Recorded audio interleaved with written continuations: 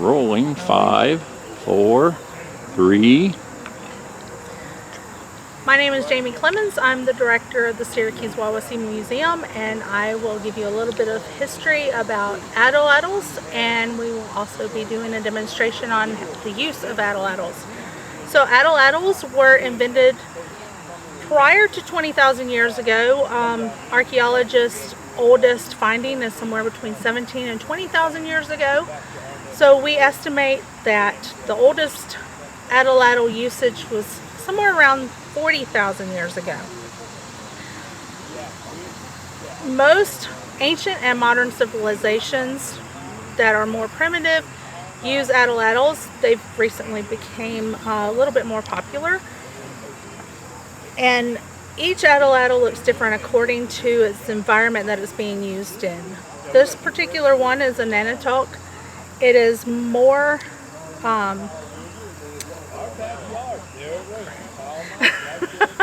it's more common for this area here in northern Indiana.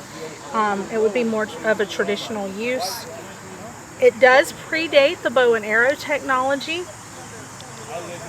The reason why we call them atlatls is because when Europeans came over and they met the Aztecs were using them and calling them Nanotopes. And like Europeans did at the time, they changed the name slightly to reflect their own language, and they began calling them the atlatls.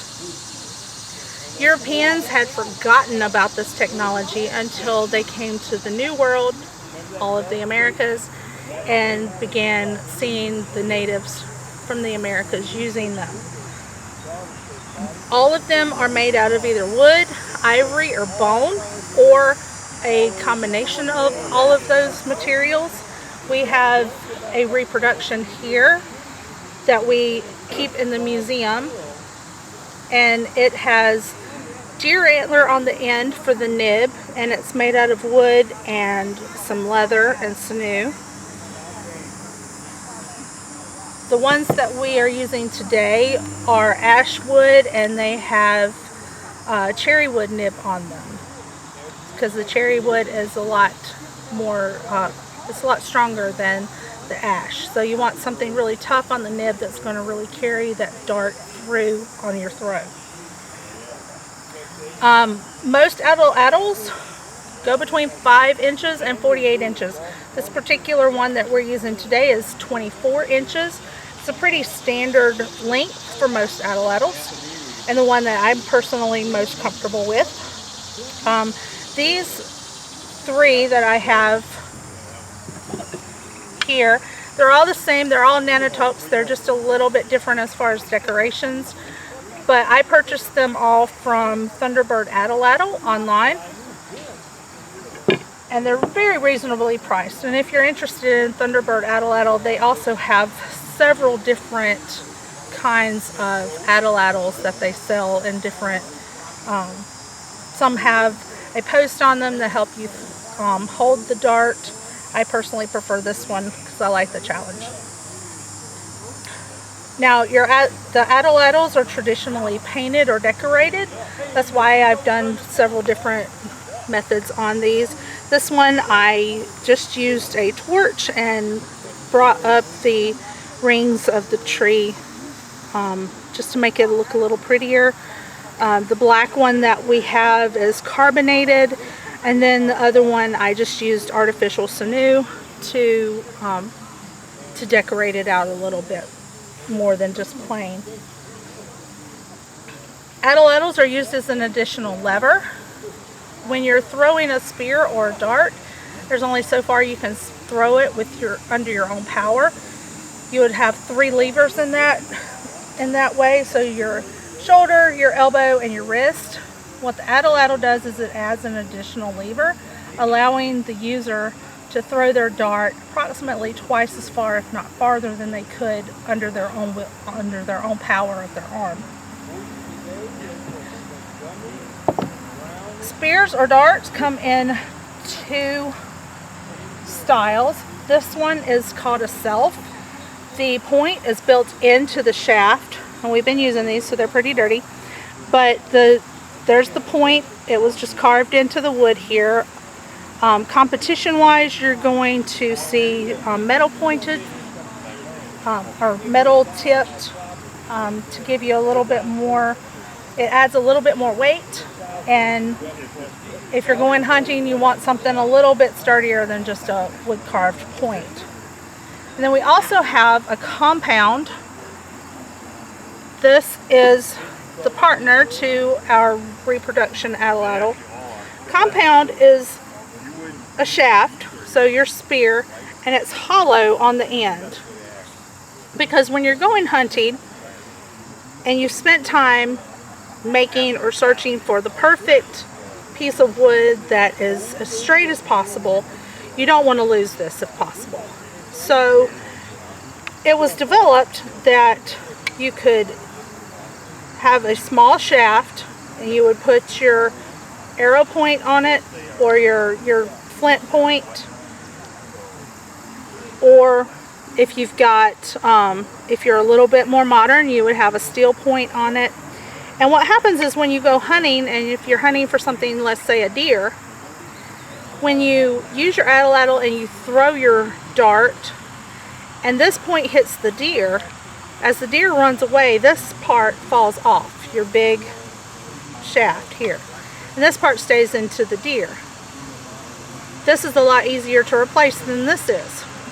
And if this gets stuck in, say, a bone or something like that, you know, it takes a lot of work to make a point, but it takes even more work, I think, to make your shaft here.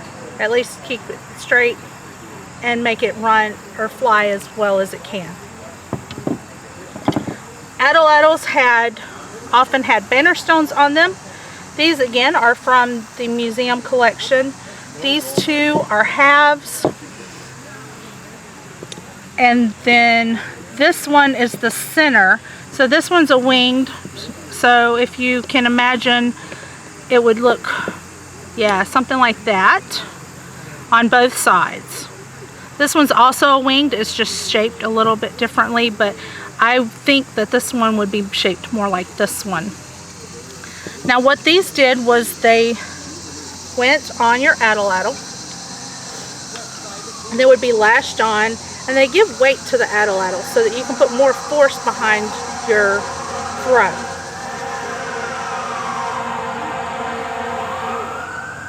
Make sure they're not coming here. So they would be placed, I know, right? So depending on preference and how you throw, it would be placed at a couple of different spots on the shaft of the atlatl. I'm not exactly sure how they're placed, other than they would have to be lashed on in order to stay in place, because you don't want it rattling up and down on your atlatl.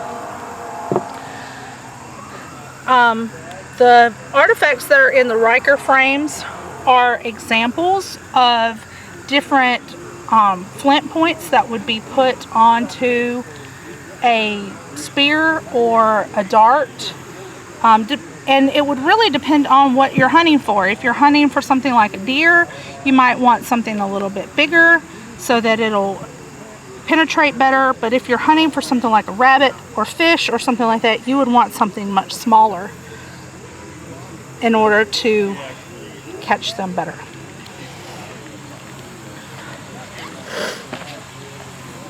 Now, there is a World Atlatl Association. World Atlatl Association holds small-scale tournaments all over the world.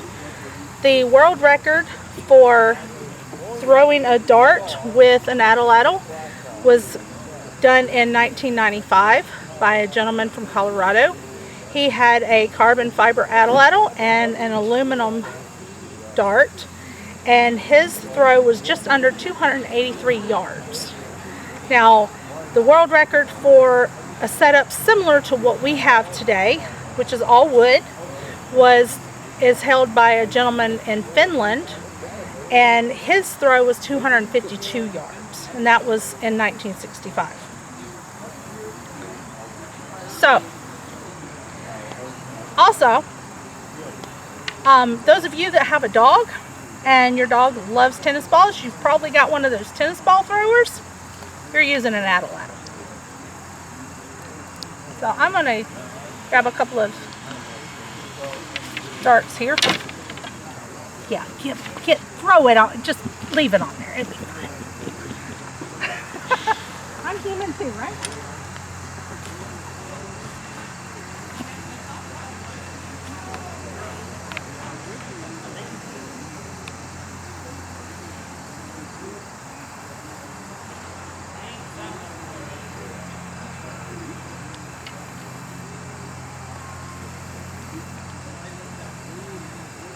So the darts I'm using are 6-foot darts. They have turkey feather fletching, and all of them but this one have been fletched using artificial sinew. This one is fletched with string because we were just trying it out, and we didn't like the way it worked up, but we had already done it, so we left it.